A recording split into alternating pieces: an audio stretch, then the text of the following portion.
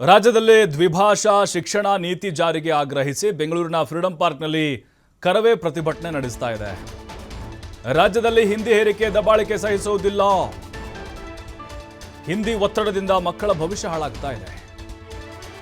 ಅಂದ್ರೆ ನಮ್ಮಲ್ಲೂ ತ್ರಿಭಾಷಾ ಸೂತ್ರ ಮಾಡಬೇಕು ಅನ್ನೋದು ಕೇಂದ್ರ ಸರ್ಕಾರದ ಗುರಿ ಮುಂದಿನದು.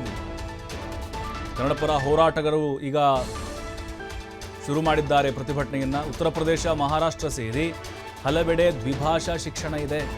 ಕರ್ನಾಟಕದಲ್ಲಿ ಮಾತ್ರ ಯಾಕೆ ತ್ರಿಭಾಷಾ ಸೂತ್ರ? ಅಲ್ಲಿ ಇಲ್ಲದೆ ಇರೋದು ನಮ್ಮಲ್ಲಿ ಯಾಕ್ರಿ? ನಮ್ಗೆ ಯಾಕೆ ಹೇರ್ತಾ ಇದ್ದೀರಿ ನೀವು ಬಲವಂತವಾಗಿ? ಕಲಿರಿ ಹಿಂದಿಯನ್ನು ಯಾಕೆ? ಅಲ್ಲಿ ಉತ್ತರ ಪ್ರದೇಶ, ಮಹಾರಾಷ್ಟ್ರದಲ್ಲಿ ದ್ವಿಭಾಷಾ ಇದೆ. ಅಂದರೆ ಹಿಂದಿ ಹೇರಿಕೆನ ಕೇಂದ್ರ ಸರ್ಕಾರ ಮಾಡೋಕೆ ಹೊರಟಿದೆ. ಹಾಗಾಗಿ ಕೂಡಲೇ ರಾಜ್ಯ ಸರ್ಕಾರ ನಮ್ಮಲ್ಲಿ ದ್ವಿಭಾಷಾ ನೀತಿಯನ್ನು ಜಾರಿಗೆ ತರಬೇಕು. ಅಂದರೆ ದ್ವಿಭಾಷಾ ಅಂದರೆ ಒಂದು ಕನ್ನಡ, ಇನ್ನೊಂದು ಇಂಗ್ಲೀಷ್. ಹಿಂದಿ ತಂಟೆ, ಹಿಂದಿ ಸುದ್ದಿ ಬೇಡ ನಮ್ಗೆ. ನೋಡೋಣ, ಬೇಕಾದರೆ ಅವ್ರವ್ರ ಅನುಕೂಲಕ್ಕೆ ತಕ್ಕ ಹಾಗೆ ಅವ್ರಿಗೇನಾದರೂ ಅವಶ್ಯಕತೆ ಇದ್ದರೆ ಬೇಕಾದ್ರೆ ಕಲ್ಕೊಳ್ಳಿ. ಏನು ಮಾಡ್ತಿದ್ದಾರೆ ಅಂತ ಹೇಳಿದ್ರೆ, ಪ್ರಾಥಮಿಕ ಹಂತದಲ್ಲಿನೇ 1ನೇ ತರಗತಿಯಿಂದಲೇ ಹಿಂದಿ ಕಲಿಯಬೇಕಂತೆ. ಮತ್ತು ನಮ್ಮ ಮಾತೃಭಾಷೆನಲ್ಲಿ ಇಡೋಣ, ಲಾಸ್ಟಿಗೆ ಇಡೋಣ. ಹಾಗಾದರೆ ಕನ್ನಡನ? ಅದೇ ಆಗ್ತಾ ಇರೋದೀಗ. ನಮ್ಮ ಮಾತೃಭಾಷೆಯ ಕಡೆಗಣನೆ ಮಾಡಿ ಹಿಂದಿ ಹೇರಿಕೆಯನ್ನು ಮಾಡುವಂತಹ ಪ್ರಯತ್ನಗಳು ನಡೀತಾ ಇದೆ. ಇದು ನಮ್ಮ ಸಾರ್ವಭೌಮತೆಗೆ ಧಕ್ಕೆ ಉಂಟು ಮಾಡ್ತಾ ಇದೆ. ನೋಡಿ, ಮಹಾರಾಷ್ಟ್ರದಲ್ಲಿ ತ್ರಿಭಾಷಾ ಸೂತ್ರಕ್ಕೆ ಮುಂದಾಗಿದ್ದರು. ಏಕಾಏಕಿ ಆ ಮಸೂದೆಯನ್ನು ವಾಪಸ್ ತೆಗೆದುಕೊಂಡರು. ಕಾರಣ, ದೊಡ್ಡ ಮಟ್ಟದ ಪ್ರತಿಭಟನೆಗಳು ಶುರುವಾಯಿತು ಅಲ್ಲಿ. ನೋಡಿ, ಅವರಿಗೆ ಭಾಷಾಭಿಮಾನ ಅನ್ನೋದು ಹೆಂಗಿದೆ, ಅದು ನಮ್ಮಲ್ಲಿ ಯಾಕಿಲ್ಲ ರೀ ಭಾಷಾಭಿಮಾನ? ಈಗ ಕರವೇ ನಾರಾಯಣಗೌಡ ಅವರ ನೇತೃತ್ವದಲ್ಲಿ ಫ್ರೀಡಂ ಪಾರ್ಕ್ನಲ್ಲಿ ಹೋರಾಟ ಆರಂಭ ಆಗಿದೆ.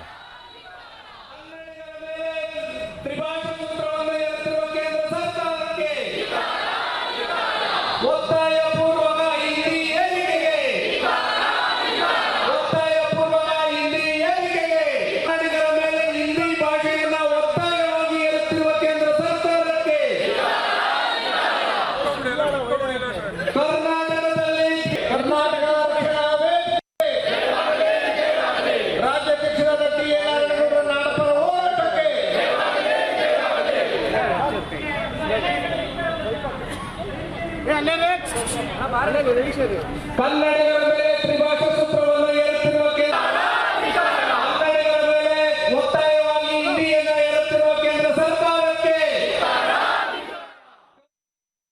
ದ್ವಿಭಾಷಾ ಸೂತ್ರ ಕರ್ನಾಟಕದಲ್ಲಿ ಜಾರಿಗೆ ಬರಬೇಕು ಅಂತ ಒತ್ತಾಯಿಸಿ ಕರ್ನಾಟಕ ರಕ್ಷಣಾ ವೇದಿಕೆ ಇವತ್ತು ಪ್ರತಿಭಟನೆಯನ್ನು ಪ್ರಾರಂಭ ಮಾಡಿದೆ.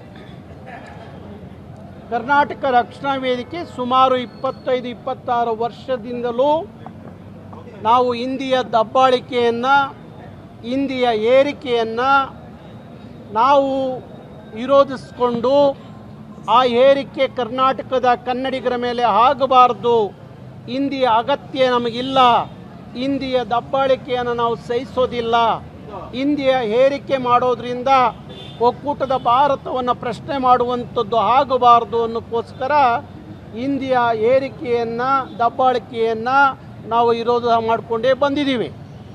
ಇವತ್ತು ದ್ವಿಭಾಷಾ ಸೂತ್ರ ನಮಗೆ ಬೇಕು ಅಂತ ಯಾಕೆ ನಾವು ಒತ್ತಾಯ ಮಾಡ್ತಾ ಇದ್ದೀವಿ ಅಂದರೆ, ಇವತ್ತು ಹಿಂದಿಯ ಏರಿಕೆಯಿಂದಾಗಿ ವರ್ಷಕ್ಕೆ ಲಕ್ಷಾಂತರ ಈ ನೆಲದ ಮಕ್ಕಳು ಹಿಂದಿಯ ಒತ್ತಡದಿಂದಾಗಿ ಇವತ್ತು ಫೇಲಾಗಿ ಅವರ ಭವಿಷ್ಯ ಹಾಳಾಗ್ತಾ ಇದೆ.